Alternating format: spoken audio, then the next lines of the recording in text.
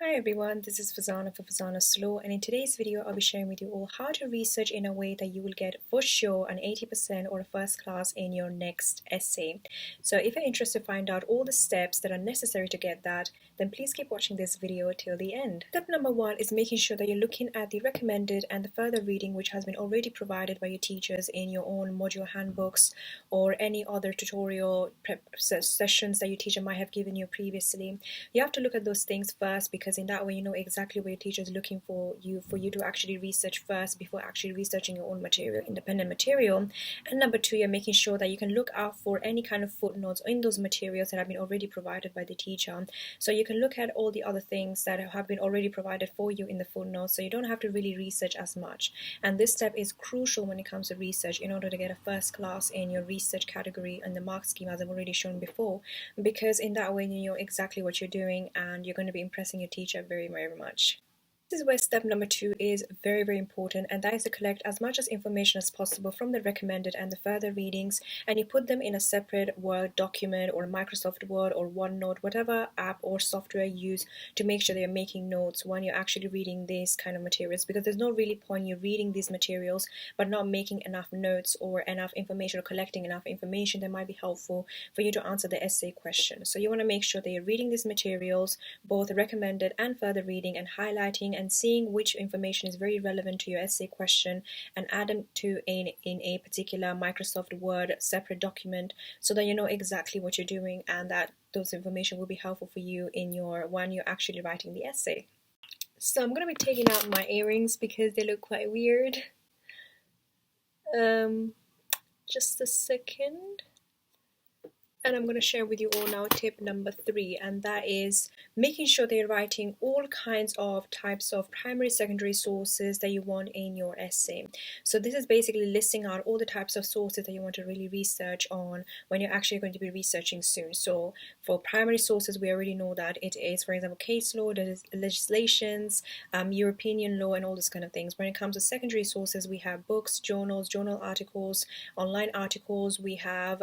all the other types of sources that come not under the primary sources are all secondary sources. So you want to make sure that you're now writing down all the types of sources that you're writing so that you know exactly what you're researching and what kind of sources you actually want. And you want to also actually stand out when you're actually doing this step, because you want to include things that no other people might be including in their essays. For example, a video or a website or an image or a graph or anything like that. So you want to make sure that you're standing out and including as many sources types as possible so that you can impress your teacher and eventually get that 80%. Now that you've completed step number three, is making sure that step number four is equally very, very important when it comes to your own research and how to get an 80% in your essay. You have to make sure that you're researching all these types of sources in different platforms such as Westlaw, LexisNexis, Google Scholar, or any other kind of platforms that you can think of that your teacher has been provided or has been recommended for you to, or your university has a close connection with. You want to make sure that you're using those platforms as wisely as possible and take your time with this step as much as you can,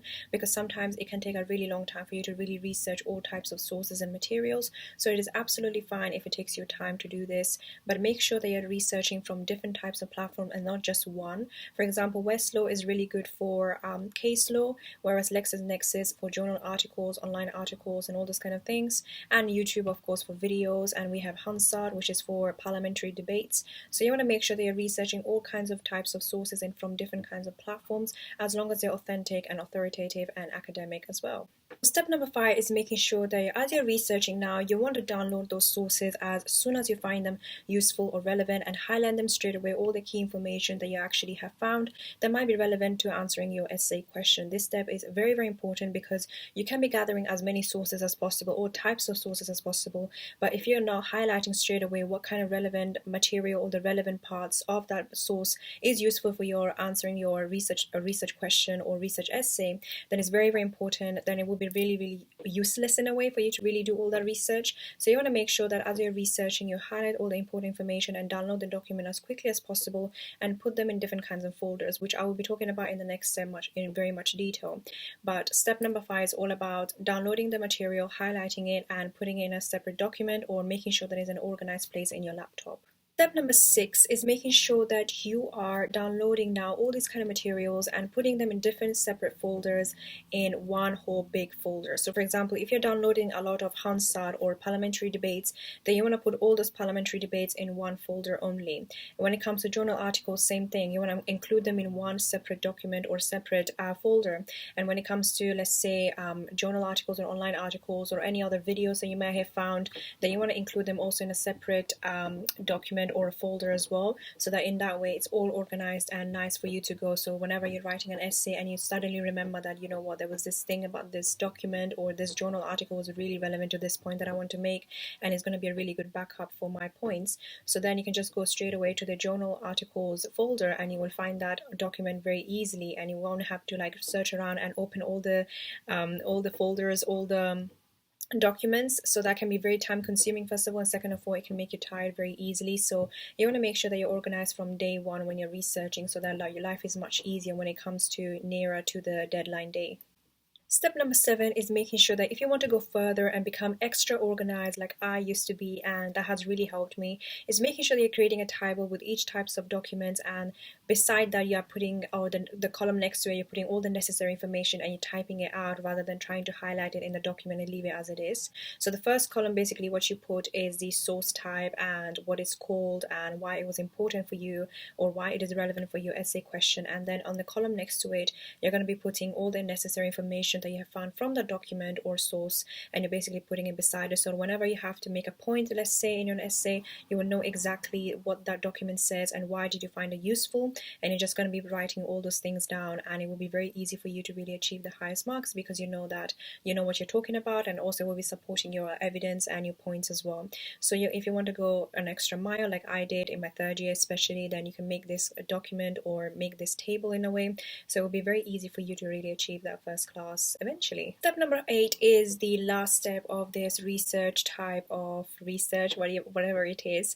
and that is to basically repeat step 4 to 7 as many times as you want, depending on the types of sources that you're looking for and depending on how much research you actually have to make for that particular type of essay. Of course, if your essay is, for example, 3,000 words, then of course it will be less than in comparison to you're writing an essay or a dissertation for 10,000 words. So you want to make sure that you're repeating step 4 to 7 as many times as you want before you actually start writing, so you have an idea and you have a well-rounded perception of your subject matter, and you have some kind of idea of what the subject matter is all about and what the different academics have said about it, what are the informations available in that particular type of field and all those kind of things. So then you actually can write your own opinions in your essay as well whenever it's necessary, and you can back those up with these points. So you want to make sure, as I said, repeat step 4 to 5 as many times as possible. I mean step 4 to 7 as many times as possible. This brings me to the end of today's video. I hope you really enjoyed it and found this video helpful in terms of research part of your essay and how to really research well so they can get an 80% or more. And this video, I wish I had this video when I was in my third year so that I don't exactly know all the steps, and it has been useful for me. So I wanted to share all those tips with you all. But if you have any other tips yourself and how you research for your essays and how do you prep for it, then please comment down below. I will definitely check them out. But other than that, if you're interested in kind of law school productivity and self-growth kind of videos, I upload these kind of videos based on the schedule that has been provided on my About section on my YouTube channel, so you can go and check it out. But other than that, I will see you in my next week's video.